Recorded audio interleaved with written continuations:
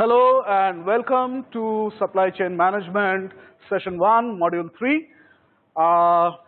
Here in this module, we are going to conclude our discussion on for Session 1, and therefore this is the last module for this session. But before we proceed, I would like to briefly recap what we did in the last module. In the last module, we looked at two very important views or perspectives of the supply chain, and these were the cycle view and the push-pull view. We looked at the configuration of the cycle view as comprising multiple cycles, each cycle being a transaction or a set of transactions between two successive players in the supply chain. We also looked at various implications of the cycle view, and I must urge you to be thorough with your understanding of the implications of the cycle view. We then looked at another important, very important perspective called the push-pull view of the supply chain, and we classified the supply chain processes as either pull processes or push processes. Push processes are those which you execute in anticipation of demand, and therefore demand has to be forecasted. Pull processes, on the other hand, are the ones which are executed after the demand happens, which means after the customer has placed an order. Okay? And there are various combinations of the push-pull processes that are possible in different configurations of the supply chain. And we also discussed the implications of the push-pull view or perspective of the supply chain. Good. So let us move on with the last module in session 1.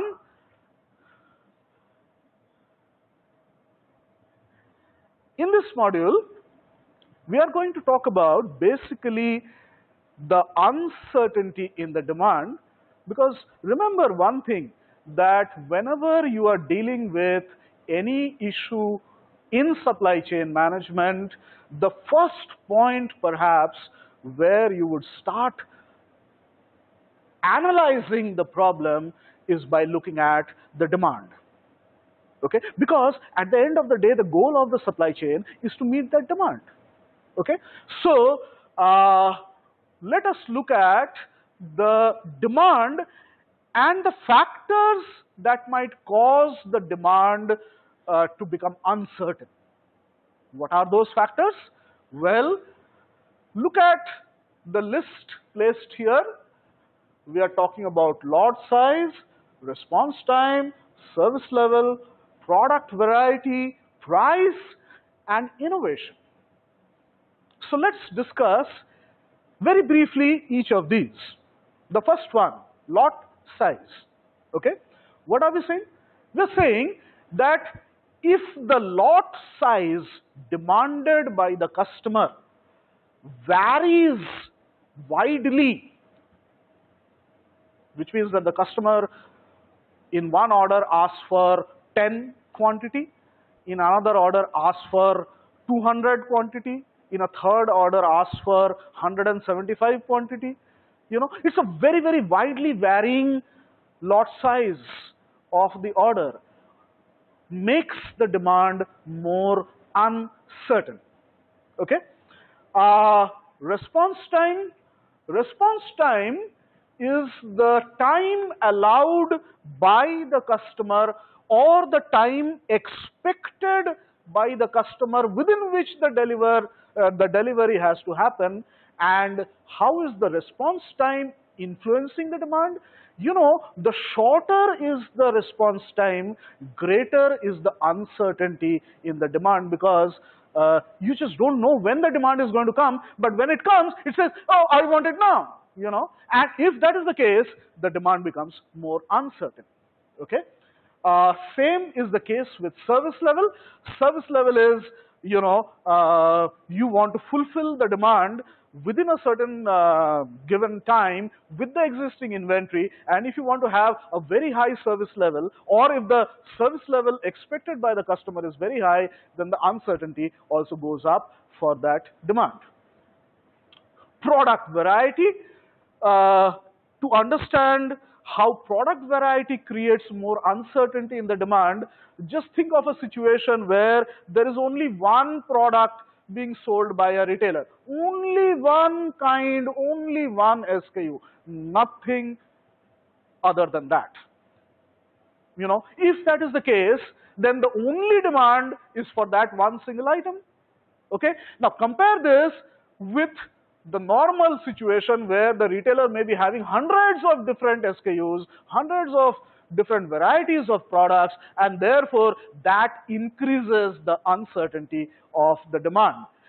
Price, well, in our basic course on economics, we have studied about the price elasticity of demand, and therefore we know that if there are fluctuation in the price, it will create fluctuation in the demand, and fluctuation in the demand is nothing but uncertainty in the demand.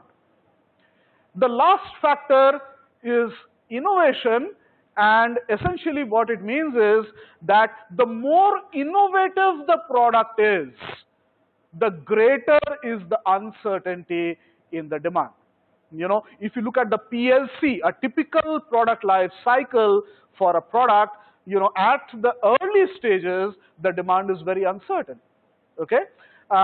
So these are the factors that have been listed out here which impact the uncertainty in the demand. And this uncertainty, may I point out to you, is being called the implied uncertainty in the demand. It is not the uncertainty in the demand per se, but the implied uncertainty in the demand, which means that if there is a variation in the lot size, if there is a large variety of SKUs, or if the response time demanded is very stringent and so on, then there is an implied uncertainty of the demand, which means that there is likely to be great uncertainty in the demand.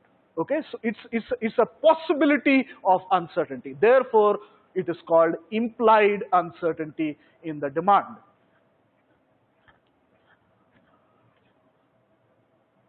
Okay, so whatever we discussed in the previous slide is being summarized here in this slide.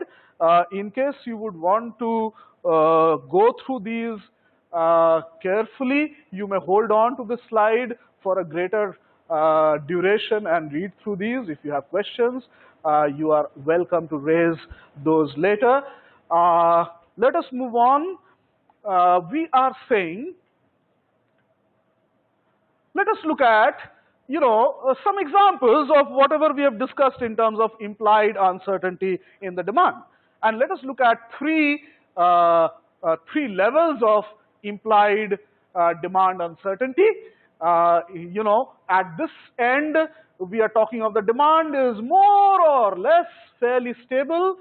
Here, there is a little bit of fluctuation in the demand, and in this case, there is a big fluctuation in the demand.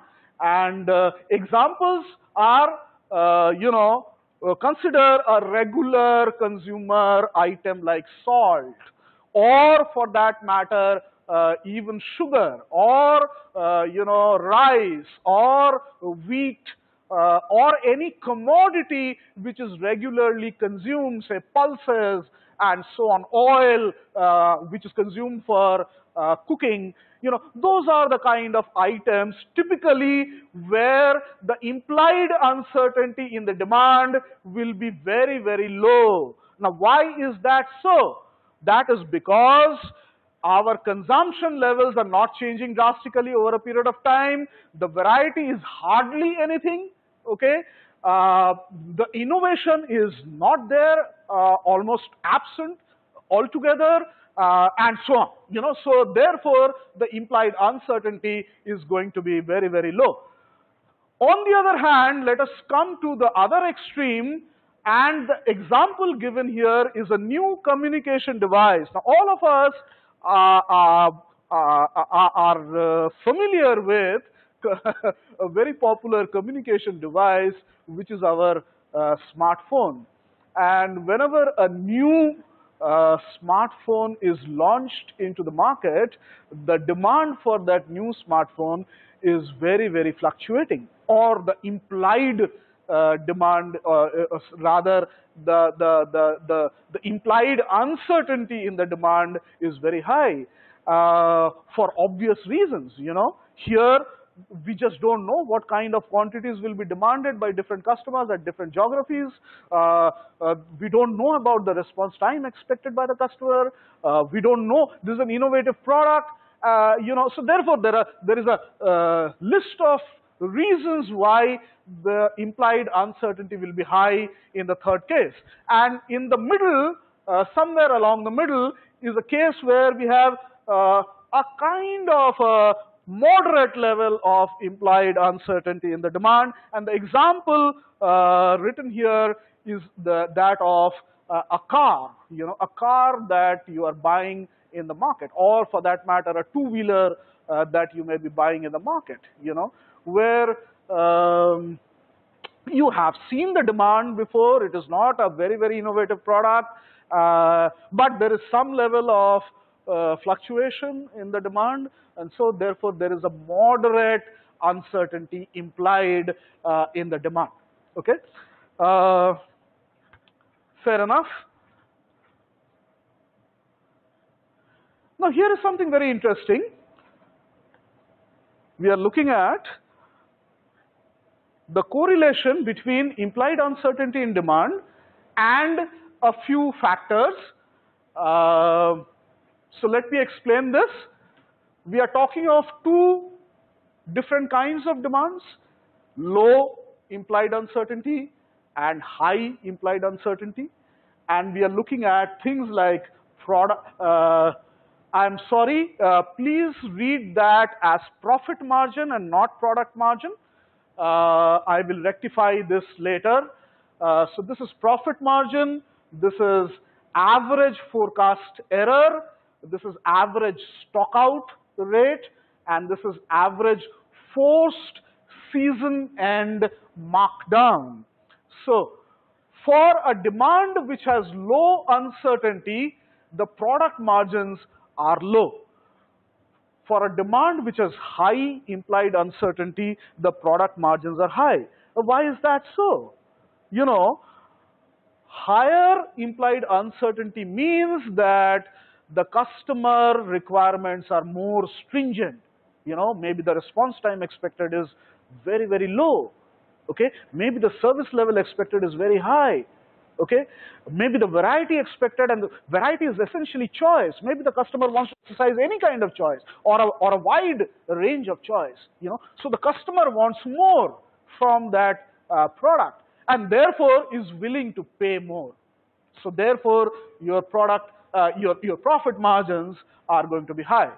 Forecasting error, typically of the order of 10% in low uncertainty, which is a good forecast accuracy.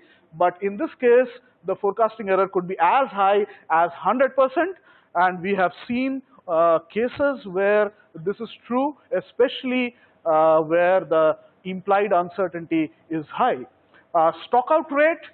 Stock out happens when there is an order, a customer comes and asks for something, but there is no inventory available to meet that requirement, and therefore there is a stock out. Obviously, higher is the implied uncertainty in demand, higher is the expected stock out rate. And the same reason for season end markdowns. Now this is a case, to explain this, let's take fashion items. Fashion items are available for a certain season, but at the end of the season, if there is a inventory which is left over, that inventory is typically disposed of after the season at a huge discount. So that is what we call markdown in prices. And for a high implied uncertainty item, the markdown is going to be much, much higher. In fact, for a regular item like salt or wheat or pulses, where the implied uncertainty is very low, there is hardly any markdown, you know. Uh, Hardly any markdown because the speed at which these are consumed is very high, you know. So you don't have much of leftover inventory. Okay, so having discussed the implied uncertainty in demand, we now bring in the concept of supply chain responsiveness.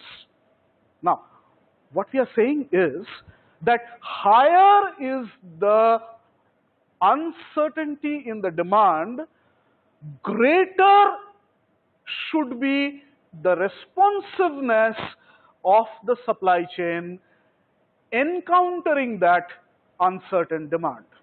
Okay, makes sense? Fairly simple to understand this. We are saying that, you know, if there is a wide range of quantities demanded, you should have greater responsiveness. If the lead times requirement or the expectation is that the lead time should be very short, then also you need to be very, very responsive. If you are expected to handle a very large variety of products, your responsiveness should be very high, you know, or for the others. So essentially, I think it is fairly, you know, intuitive to understand that if the implied uncertainty in the demand is high, then the supply chain responsiveness must be high. Okay? However, there is a problem, and the problem is that responsiveness comes at a cost. I mean, just think about it. If you are, how do you increase the responsiveness in a supply chain? You know, for example, let us say that you are expected to carry a whole variety of products, okay, and as compared to much less variety of some other situation.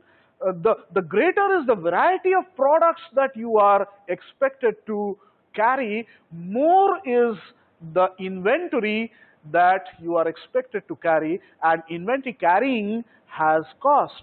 Not just inventory carrying, even the logistics involved, the transportation related, the storage related logistics that are involved with a high variety situation is going to be more expensive. Okay. Similarly, suppose you want high time related responsiveness, which means that here is a customer who wants very, very prompt delivery. Now, you may have to engage in modes of transportation which are more expensive but very, very fast. You know, so you may have to do an air transport, or you know, which is going to be very, very expensive. But it is going to be very, very fast. Okay, so these examples are pointing out to the fact that when you want to increase the responsiveness of the supply chain, you have to incur more cost. Okay, so responsiveness will always come at a cost. Okay.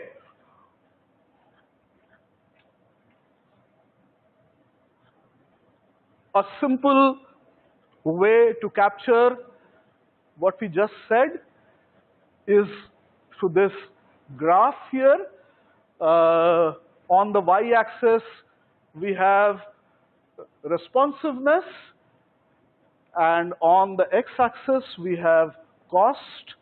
And many of you might recognize that we are talking about an efficient frontier, and therefore that parabolic or the curved shape.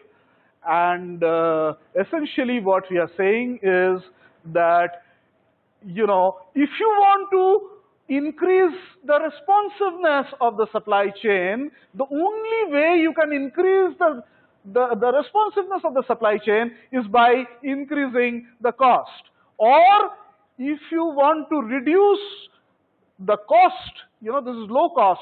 So if you want to reduce the cost of your supply chain, making it more efficient, then you will have to reduce the responsiveness.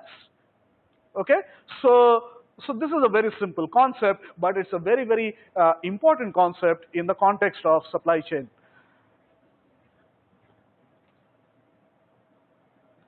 And therefore, I draw your attention to this figure. Here we have the responsiveness scale on the y-axis, So this is high responsiveness and this is low responsiveness. But then when we say low responsiveness, we are saying highly efficient supply chain. So we are saying there is a spectrum. The spectrum has high responsiveness at one end and high efficiency at the other end, which means low cost at the other end. Okay? On the x-axis, we have plotted the implied uncertainty in the demand. We have just discussed that. And what are we saying is that this is high implied uncertainty in demand and this is low implied uncertainty in demand. And therefore, if we combine the two axes, what we get is that lower is the implied uncertainty in demand, lower is the need for responsiveness.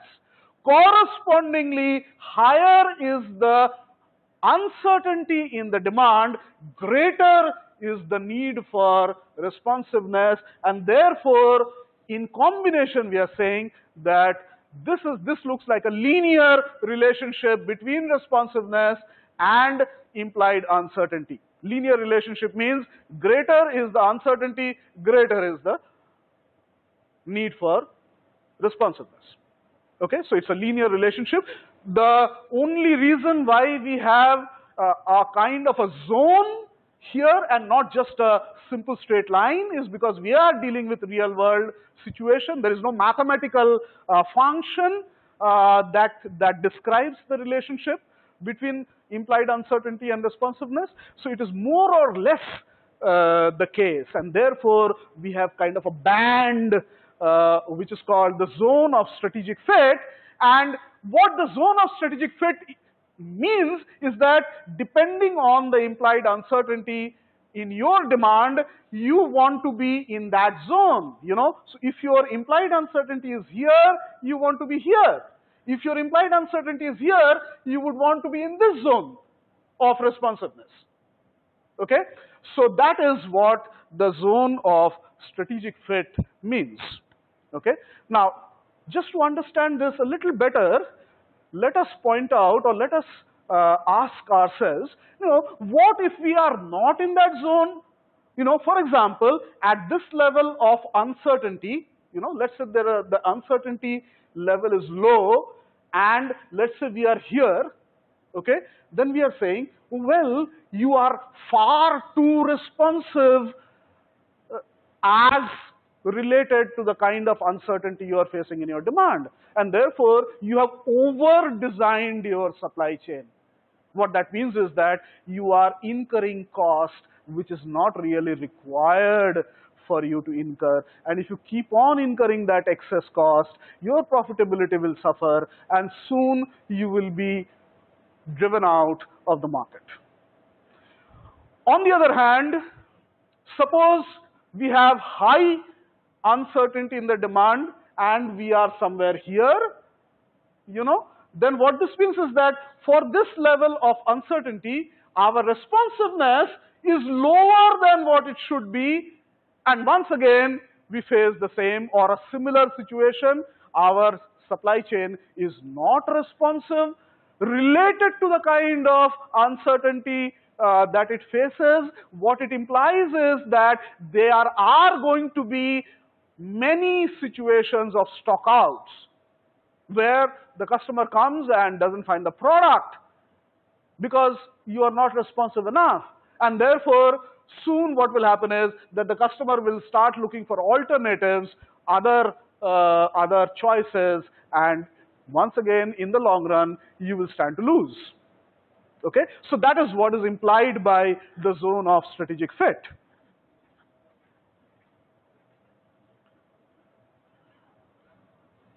Now, here we come to our last slide for this module and the last slide for this session, which represents a framework called the supply chain drivers.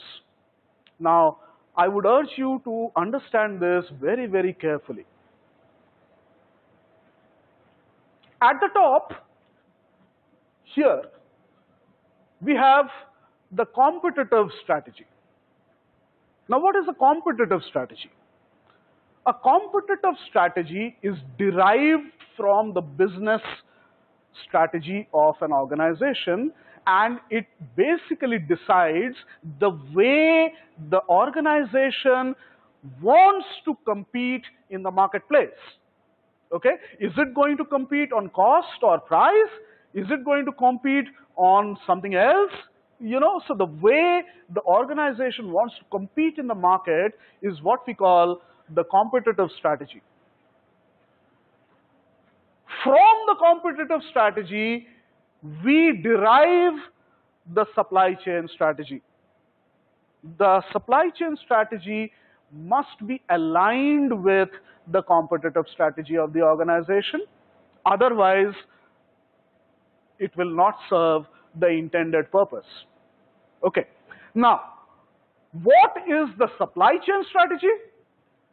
Now look at this spectrum. This spectrum is what we call the efficiency responsiveness spectrum. Essentially what we mean is that more you go towards this side, you are choosing efficiency, and the more you come this side, you are choosing responsiveness. And supply chain strategy means you have to occupy one position on this spectrum.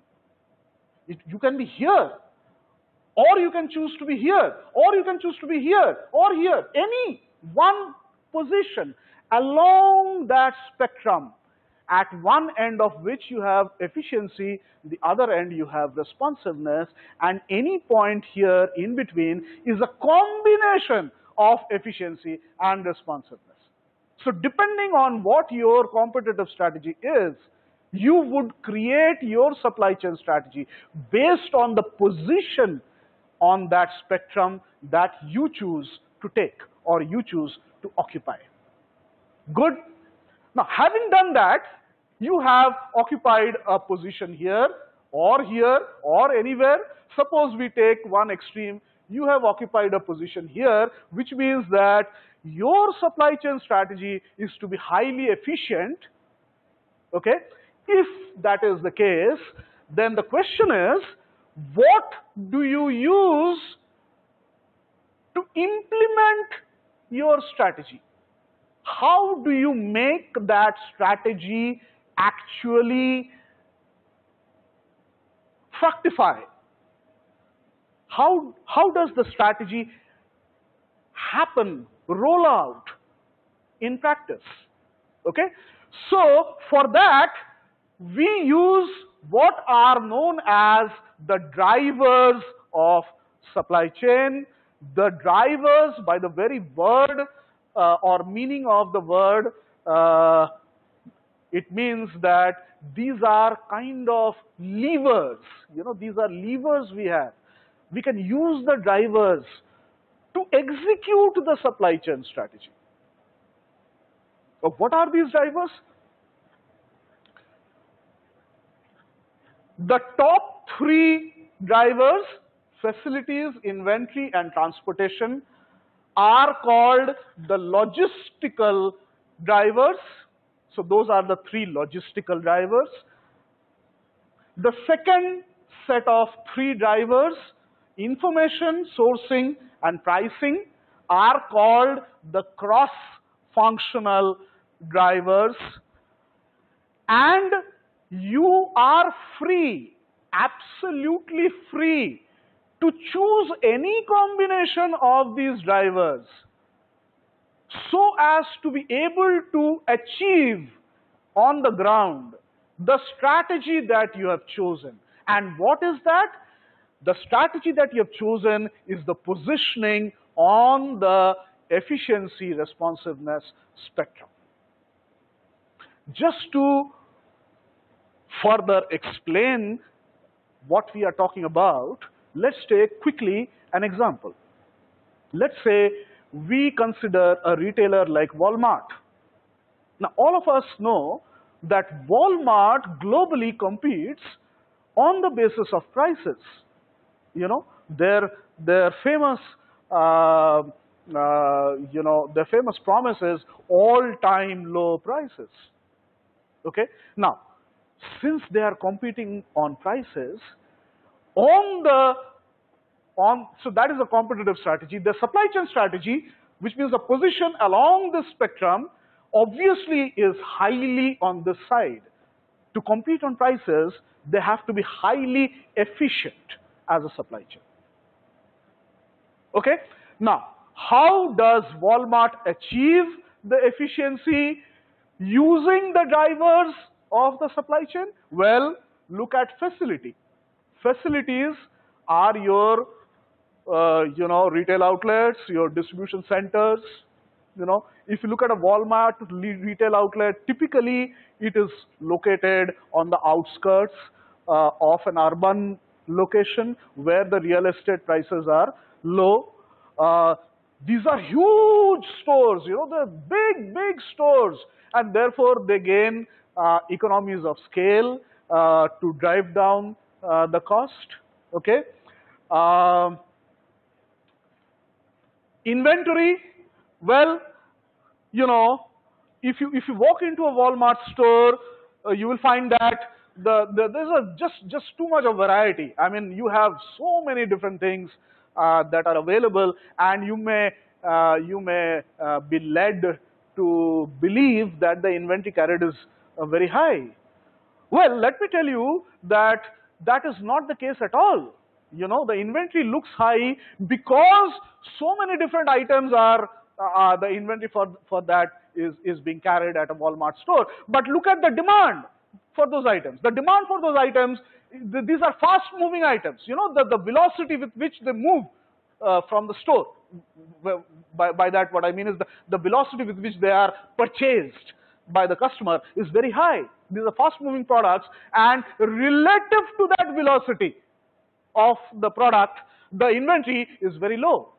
Okay, so they keep low inventory so that their inventory carrying cost is low.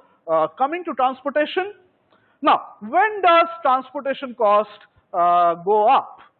Okay, just to give you an example, let me try and draw something here. If I have a distribution center, so let me call this DC, and let us say this is a retail outlet, this is a retail outlet, and this is a retail outlet. The DC is supplying to these retail outlets. Okay, now there is something called the frequency with which the DC is making supplies.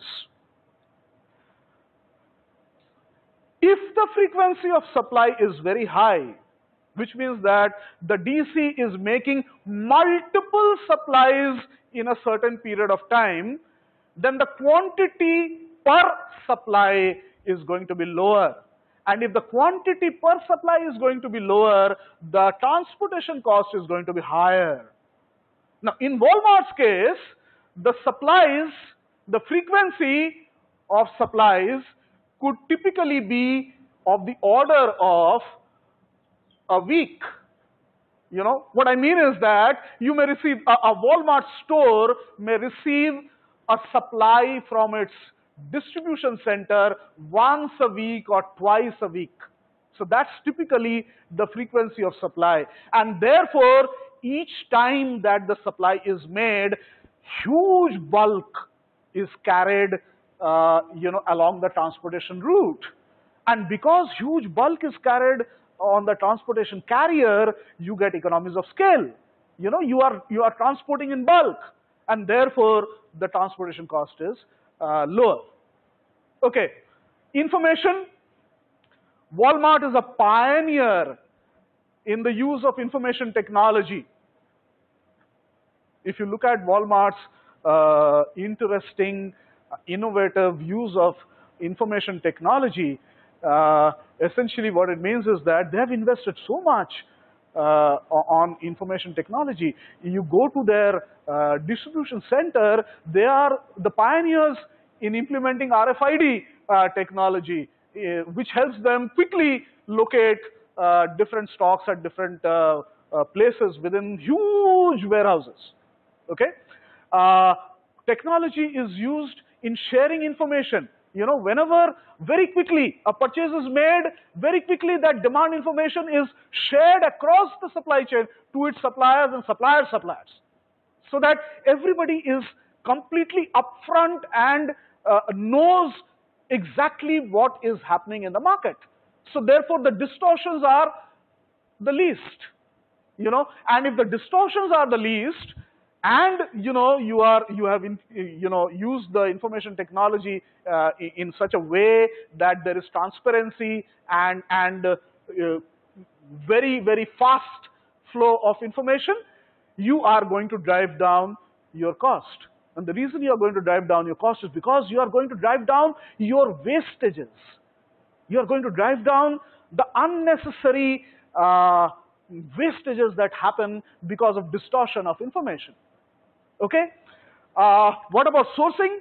Walmart has few sources for whatever items that it sells as a retailer, but because the bulk that it buys from each source is so big that again cost is driven down.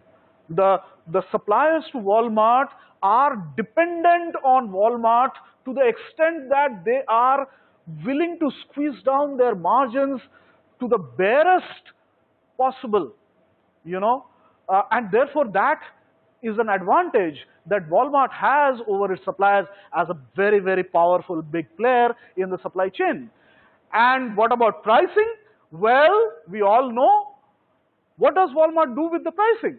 Walmart does not fluctuate the price. Walmart doesn't give you, seasonal discount or a particular week discount or a weekend discount or any such thing. Walmart says all-time low prices. So therefore, as a customer, you know that these are the low prices and they will remain this way. And therefore, the uncertainty in the demand is much less. There are no demand fluctuation because of price fluctuation.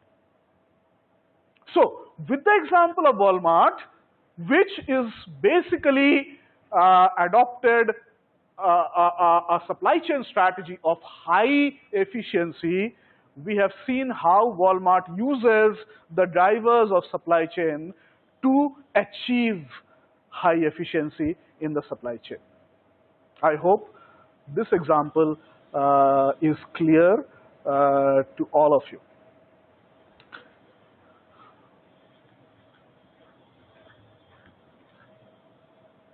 Well, thank you very much. That brings us to the end of this module.